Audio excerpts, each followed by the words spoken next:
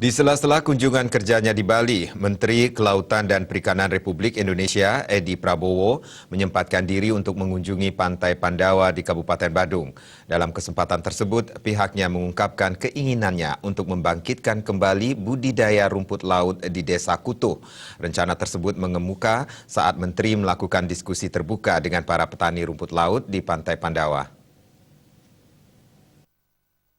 Bali memiliki wilayah perairan yang cukup luas. Kondisi ini menjadikan Bali sebagai salah satu penghasil sumber daya laut yang cukup melimpah bagi Indonesia. Selain itu, keindahan laut di Pulau Bali juga menjadi daya tarik sendiri di sektor pariwisata. Hal inilah yang membuat Bali menjadi salah satu destinasi wisata favorit para wisatawan. Namun pandemi COVID-19 yang tampaknya memberikan efek yang cukup signifikan terhadap perekonomian masyarakat Bali. Terlebih masyarakat Bali sendiri masih sangat tergantung dengan sektor pariwisata. Menanggapi hal tersebut, Menteri Kelautan dan Perikanan Republik Indonesia, Edi Prabowo mengatakan, masyarakat Bali jangan hanya bertumpu pada sektor pariwisata, mengingat pandemi serupa bisa saja terjadi di masa depan secara tiba-tiba. Oleh karena itu, masyarakat Bali diharapkan memiliki solusi dalam membuat perekonomian mampu bertahan bila menghadapi tantangan seperti pandemi COVID-19.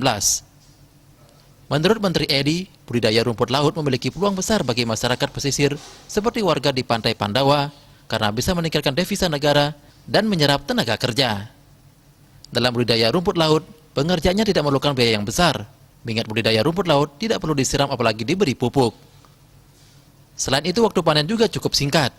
Hanya dalam 43 hari, para petani rumput laut sudah bisa memanen rumput laut.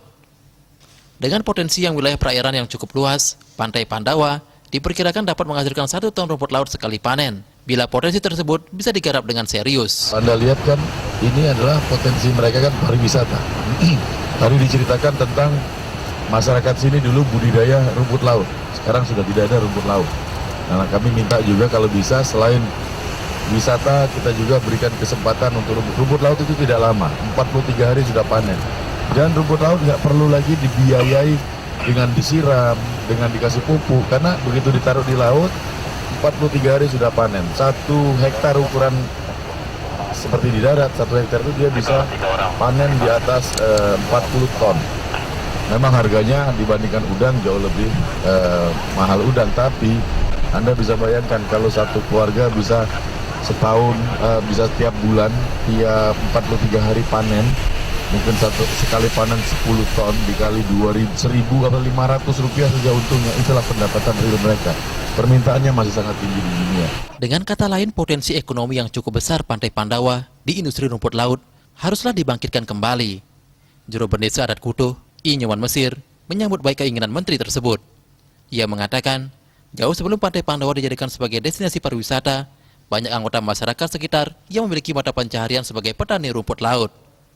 Namun aktivitas itu sudah mulai ditinggalkan sejak tahun 2011. Sejak saat itu, pariwisata menjadi tulang punggung perekonomian masyarakat sekitar.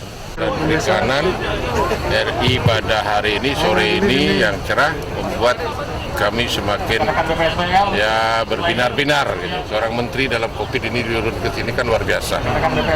Itu. Jadi untuk itu, apalagi ini mengusus kehadiran beliau adalah untuk melanjutkan. Motivasi dari Kementerian Kelautan dan Perikanan Republik Indonesia diharapkan memberikan kesempatan bagi masyarakat Desa Kutuh untuk mulai memikirkan kembali budidaya rumput laut sebagai usaha mendukung perekonomian yang berkelanjutan. Agung Rai, Bali TV.